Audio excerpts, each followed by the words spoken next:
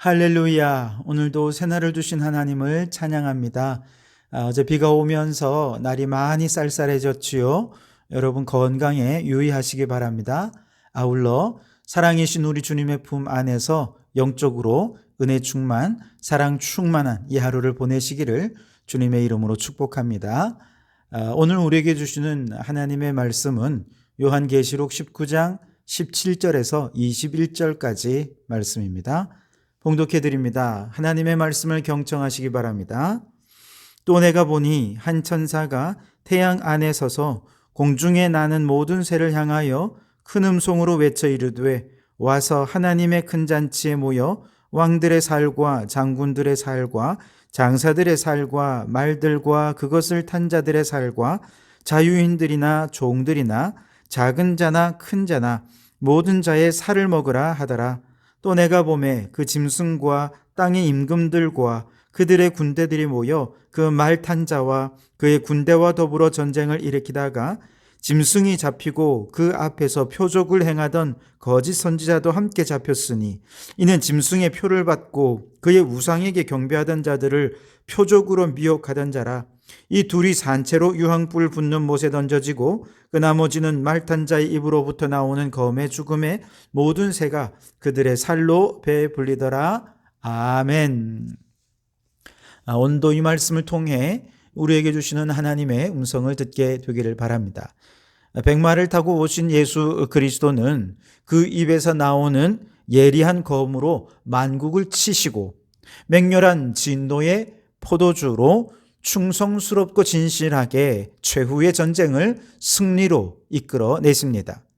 이 전쟁의 승리로 인해서 예수님을 따르며 백마를 타고 함께 이 전쟁에 참여했던 많은 믿음의 사람들은 어린 양의 혼인잔치에 참여해서 성대한 잔치가 펼쳐지게 될 것입니다. 그러나 반대편에서는 또 다른 의미에서의 잔치가 펼쳐지게 될 터인데 그것은 하나님을 대적하던 자들, 그들의 살을 먹는 새들을 위한 성찬이 펼쳐지게 되는 저주의 잔치가 펼쳐지게 될 것이라는 겁니다. 오늘 17절과 18절 말씀을 다시 보시면 또 내가 보니 한 천사가 태양 안에 서서 공중에 나는 모든 새를 향하여 그 음성으로 외쳐 이르되 와서 하나님의 큰 잔치에 모여 왕들의 살과 장군들의 살과 장사들의 살과 말들과 그것들을 탄 자들의 살과 자유인들이나 종들이나 작은 자나 큰 자나 모든 자의 살을 먹으라 하더라. 자, 앞서 18장에서 바벨론이 멸망할 때 멸망한 바벨론은 이제 각종 귀신들과 더러운 영들과 가증한 새들이 모이는 곳이 될 것이다. 그렇게 말씀을 하셨죠. 그리고 실제로 오늘 본문에서 한 천사가 태양 안에 서서 즉 하나님의 권세와 그 영광을 힘입어서 가증한 새들을 불러 모으면서 한편으로는 예수님의 승리를 선포할 뿐만 아니라 다른 한편으로는 새들을 위한 잔치가 벌어졌으니 어서 오라라고 하는 하나님의 메시지를 전하게 됩니다.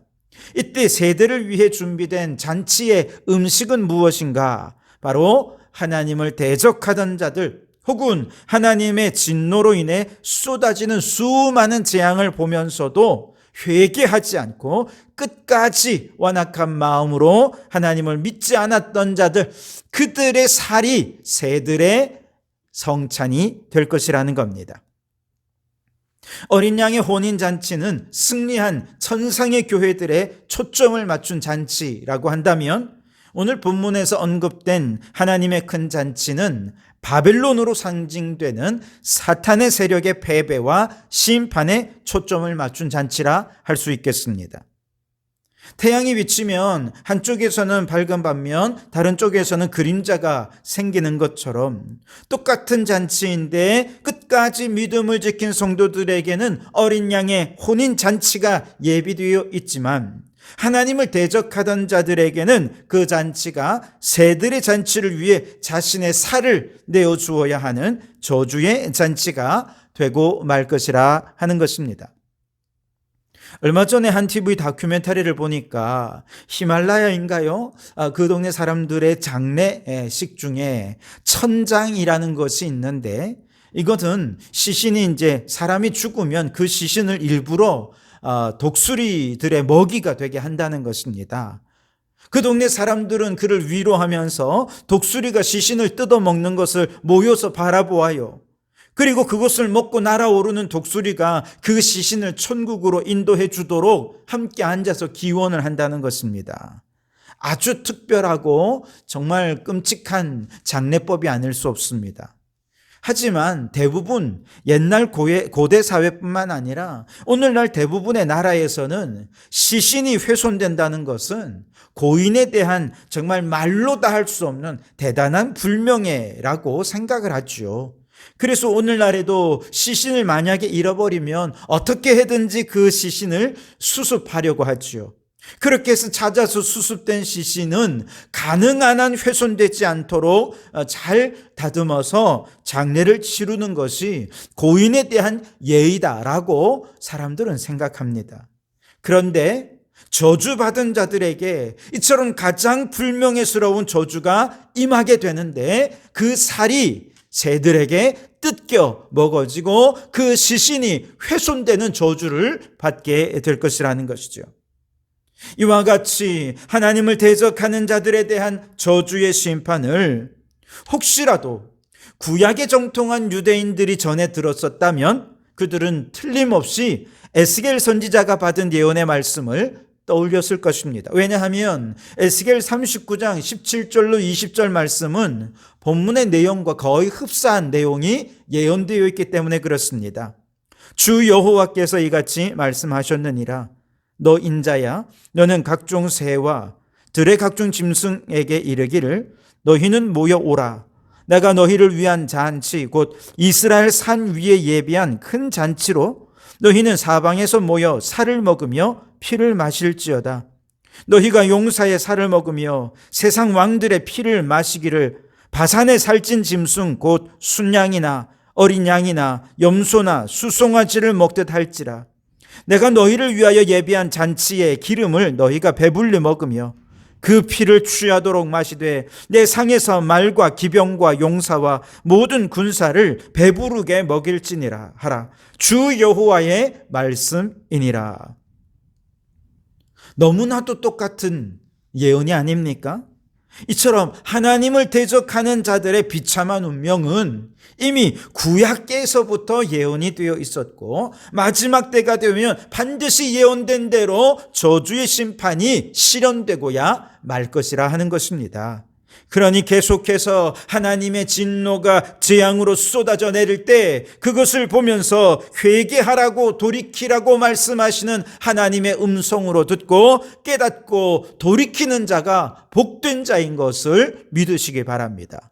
특히 남들보다 앞장선 사람들에게 짐승의 표를 나누어 주고 우상 숭배하도록 미혹했던 사람들, 표적을 행하면서 자신이 마치 재림 예수인 것처럼 사람들을 속이는 거짓 선지자들은 더 끔찍한 저주에 내던져지게 될 텐데요. 오늘 20절과 21절 말씀을 보시면 짐승이 잡히고 그 앞에서 표적을 행하던 거짓 선지자도 함께 잡혔으니 이는 짐승의 표를 받고 그의 우상에게 경배하던 자들을 표적으로 미혹하던 자라. 이 둘이 산채로 유황불 붙는 못에 던져지고 그 나머지는 말 탄 자의 입으로부터 나오는 검의 죽음에 모든 새가 그들의 살로 배불리더라. 그렇게 말씀하시죠.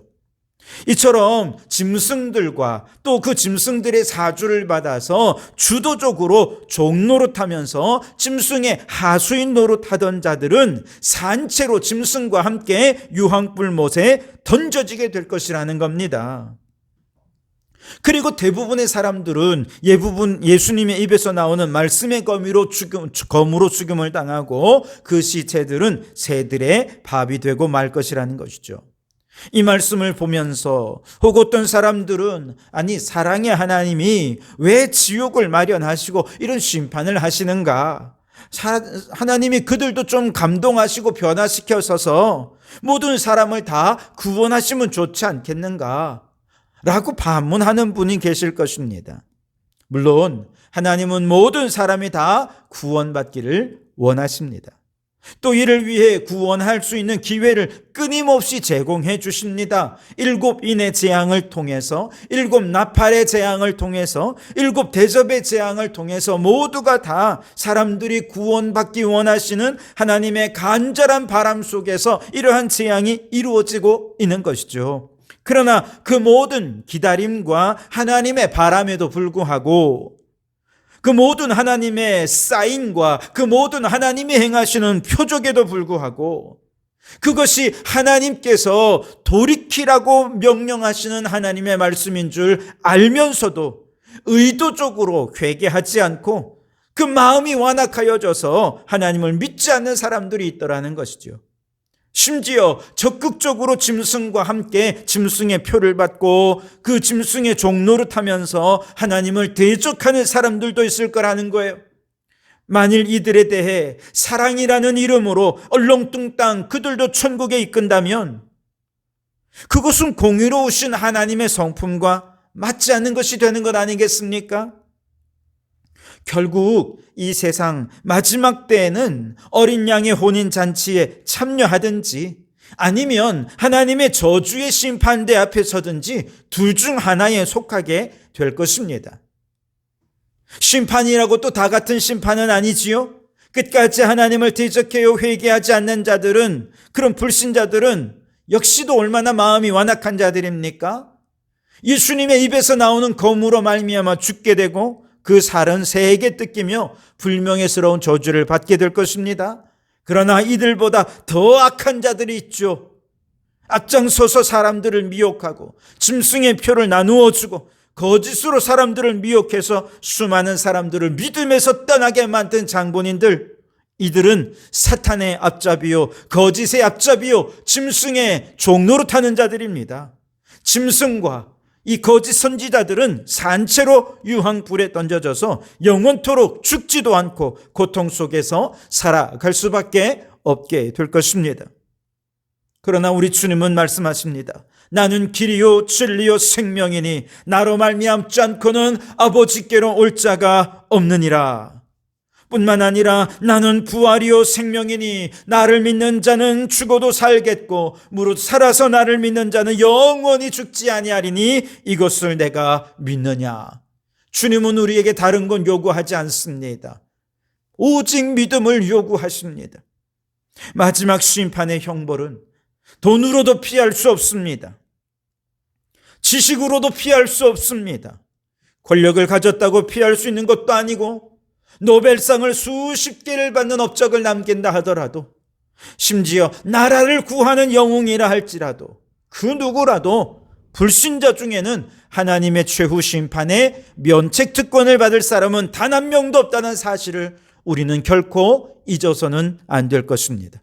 오직 예수 이름을 믿음으로만 구원받고 어린 양의 혼인잔치에 들어갈 수 있음을 믿고 확신하셔서 끝까지 믿음 안에 거하는 순결한 신부로서는 우리 모든 성도들이 되시기를 주님의 이름으로 축원합니다. 기도하겠습니다. 오 주님, 오직 믿음으로 어린 양의 혼인잔치에 들어가는 주님의 신부가 되게 하옵소서. 마음을 완악하게 하여 새들의 먹잇감이 되거나 산채로 유황불에 던져지는 어리석은 자가 되지 않게 해 주시옵소서.